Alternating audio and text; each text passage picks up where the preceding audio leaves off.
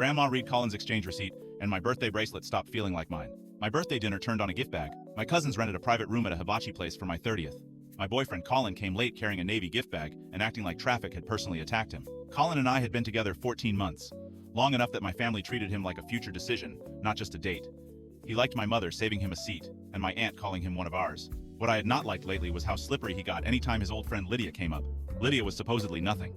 He said that so often it started sounding rehearsed. Nothing from work, nothing romantic, nothing current.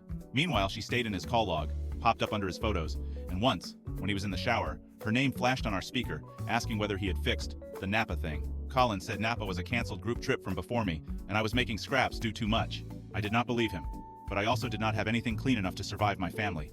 They love me, but they also love the phrase, "don't start," so I kept the doubt contained and let him walk into my birthday dinner like a man who belonged there. He handed me the bag before we ordered. Inside was a velvet jewelry box. Bracelet. My cousin Renee said, "Okay, that's husband work." I thanked him, but something felt off. Not about the bracelet, about how ready he was for witnesses. He kept watching my face instead of the gift, like the reaction was the real event. Then, Aunt Marisol asked if there was a gift note because she wanted a picture of me opening everything properly. She dug into the tissue paper before I could stop her and pulled out a folded white slip. She assumed it was the card and handed it to my grandmother. It was not a card. It was a jeweler exchange receipt. Grandma put on her glasses and read the first line before anyone could take it away. Exchange processed. Original purchaser, Colin Mercer. Original gift message, removed at customer request. Reissue note printed for replacement recipient. Nobody moved. Then Grandma, because she is 80 and believes paper deserves respect. Read the rest too. Original item, gold bracelet, petite clasp. New gift note. Happy birthday, Mara. Bigger and better than Napa. See, Lydia's last name is Naples, but everybody calls her Napa. I knew that because I had heard Colin say it once and watched him deny it later. Colin stood up so fast he hit the table.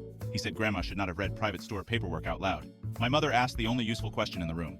Why did the receipt say replacement recipient? Colin said the jeweler had wrapped the wrong bracelet, then corrected himself and said the note was wrong, then said Lydia had once asked his advice about jewelry and the store must have mixed profiles. Every answer made the next one weaker. My cousin Renee, who had been one of the loudest pro-Colin people in the family, asked why a mistaken profile would include Colin's payment, Colin's initial, and Napa in a birthday note he was now handing to me. That was the turn. Once she flipped, the room stopped protecting him. Now, to be fair, the receipt still did not prove he slept with Lydia.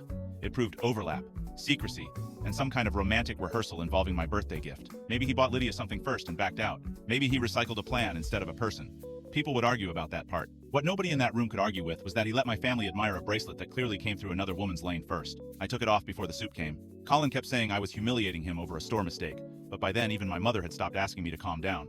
She asked him to leave so my birthday could continue without extra explanations. He left.